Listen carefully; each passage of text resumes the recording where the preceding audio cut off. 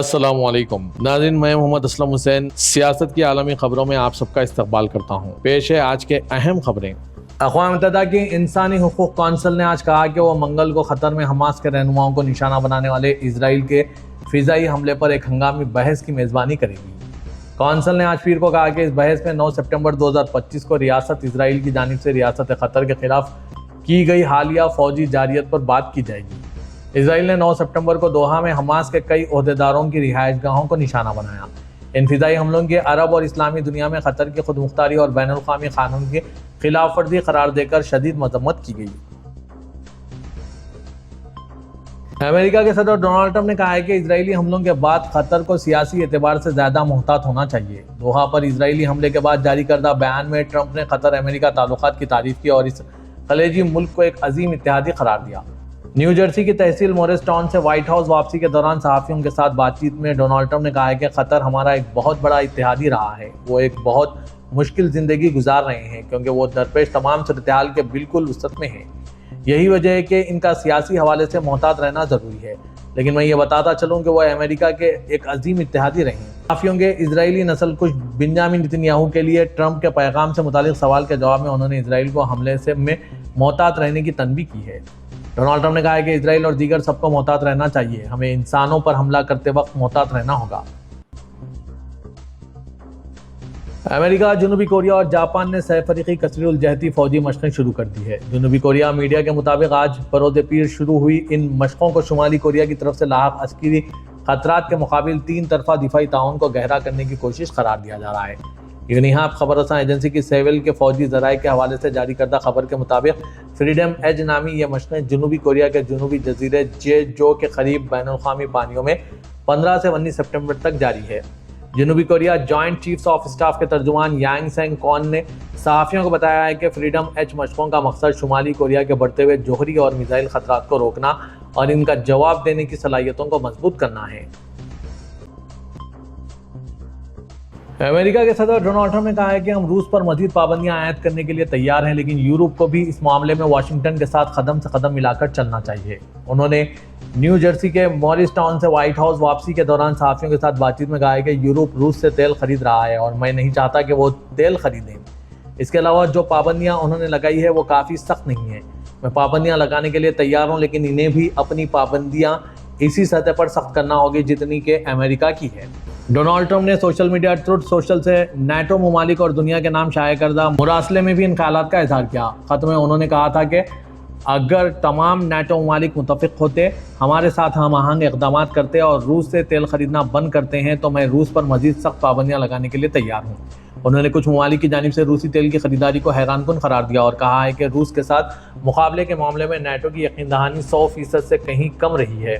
واضح کہ Donald Trump نے یوکرین جنگ کے خاتمے کے لیے کوئی پیش رفت نہ ہونے کی صورت میں پہلے بھی روسی تیل خریدنے والے ممالک کو ثانوی پابندیوں کی دھمکی دی تھی۔ انہوں نے روس سے تیل کی درآمدات جاری رکھنے کی وجہ سے بھارتی مصنوعات پر 25% اضافی ٹیکس عائد کر دیا ہے۔ عرب لیگ کے سیکرٹری جنرل احمد ابو غیث نے اسرائیل کو تنقید کا نشانہ بناتے ہوئے خبردار کیا ہے کہ جرم کے سامنے خاموشی مزید جرائم کی راہ ہموار کرتی ہے۔ عرب نیوز کے مطابق دوحہ میں عرب اور اسلامی رہنماؤں کے ہنگامی سربراہ اجلاس کی تیاری کے سلسلے میں ہوئے اجلاس سے خطاب کرتے ہوئے احمد ابو غیث کا کہنا تھا کہ سربراہ اجلاس اپنی طرف سے یہ طاقتور پیغام بھیجتا ہے کہ خطر تنہا نہیں ہے، عرب اور اسلامی دنیا اس کے ساتھ کھڑی ہے۔ انہوں نے خبردار کرتے ہوئے کہا ہے کہ اسرائیل کے اقدامات 2 سال تک غزہ میں ہوئی نسل کشی پر خاموش رہنے کا براہ راست نتیجہ یہ ہے، جس سے قابضین کی حوصلہ افزائی ہو رہی ہے۔ قطر نے اسرائیل کی جانب سے 9 سپٹمبر کو حماس کے رہنماؤں پر حملے کے بعد سربراہ اجلاس کا اہتمام کیا ہے۔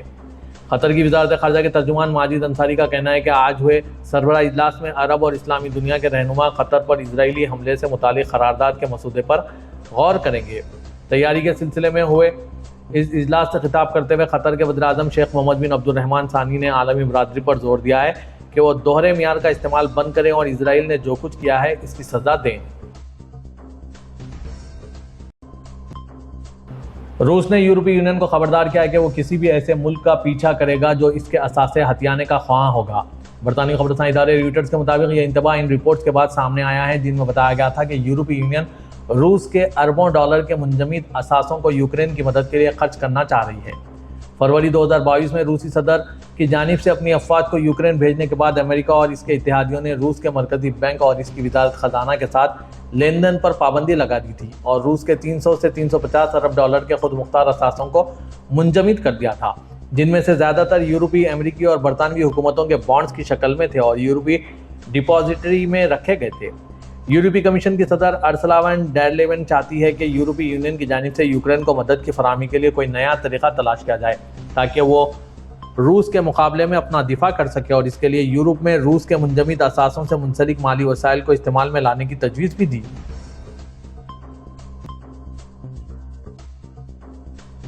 अमेरिकी सदर डोनाल्ड ट्रंप बरतानिया का दौरा करने जा रहे हैं, जिसमें इनके शाह चार्ल्स सुवम समेत शाही खानदान के दीगर अफराद से भी मुलाकात होगी। फ्रांसीसी खबरसां इदारे AFP ने मुलाकात से कल दोनों शख्सियात के मुआवजे पर मबनी रिपोर्ट शाये की।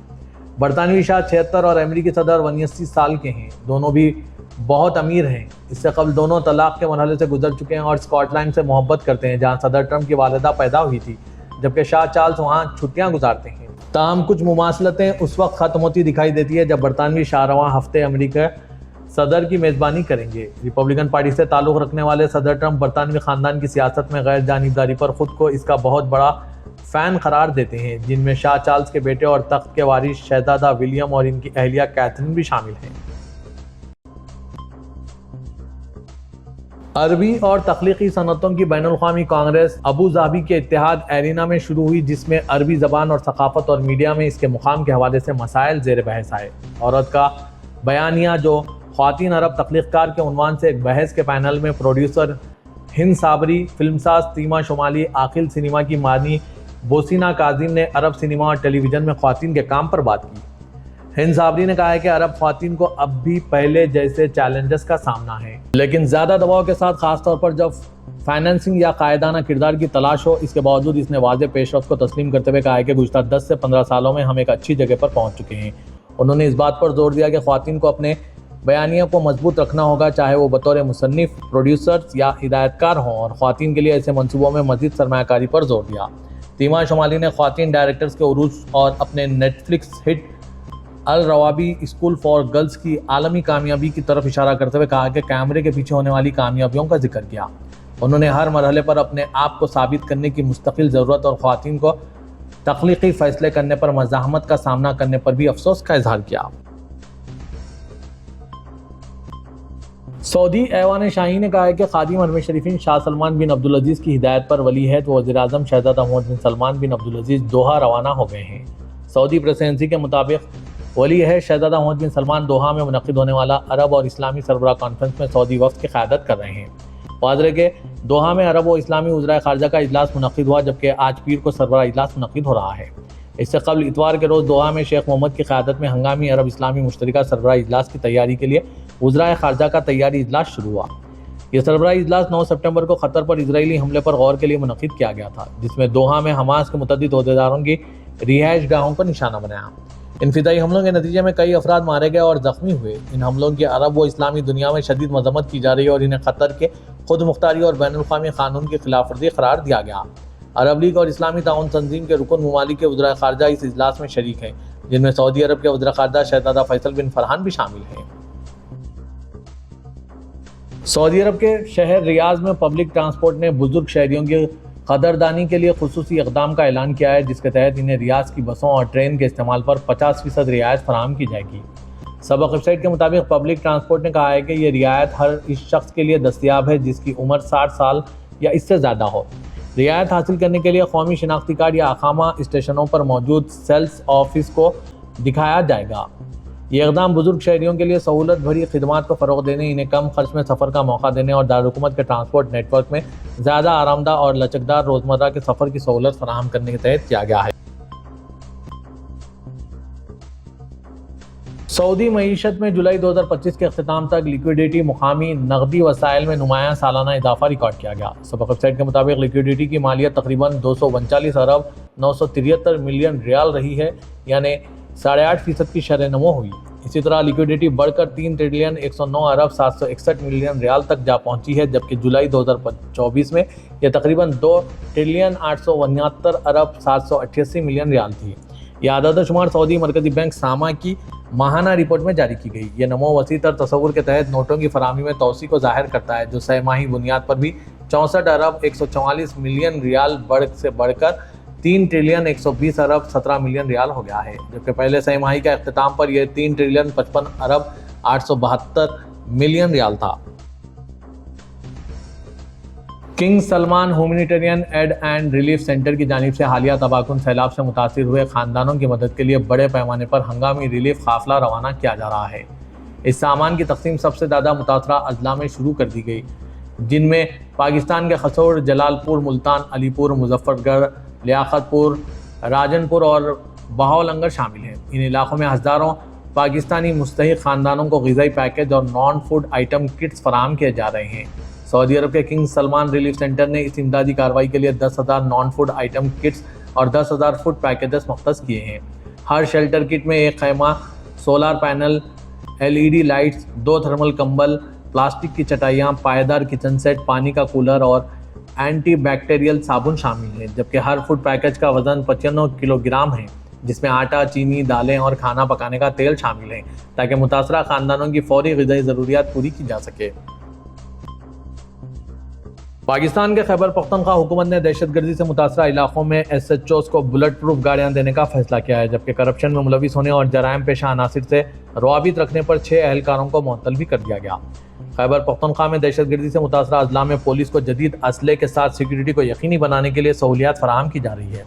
खैबर पख्तूनख्वा के मुशीर बराए इत्तलात बैरिस्टर डॉक्टर सैफ का कहना है कि सूबे के हसास अजला में इब्तदाई तौर पर SHOs को बुलेट प्रूफ गाड़ियाँ फराहम की जाएंगी, जहाँ दहशतगर्दी के खदशात ज़्यादा है।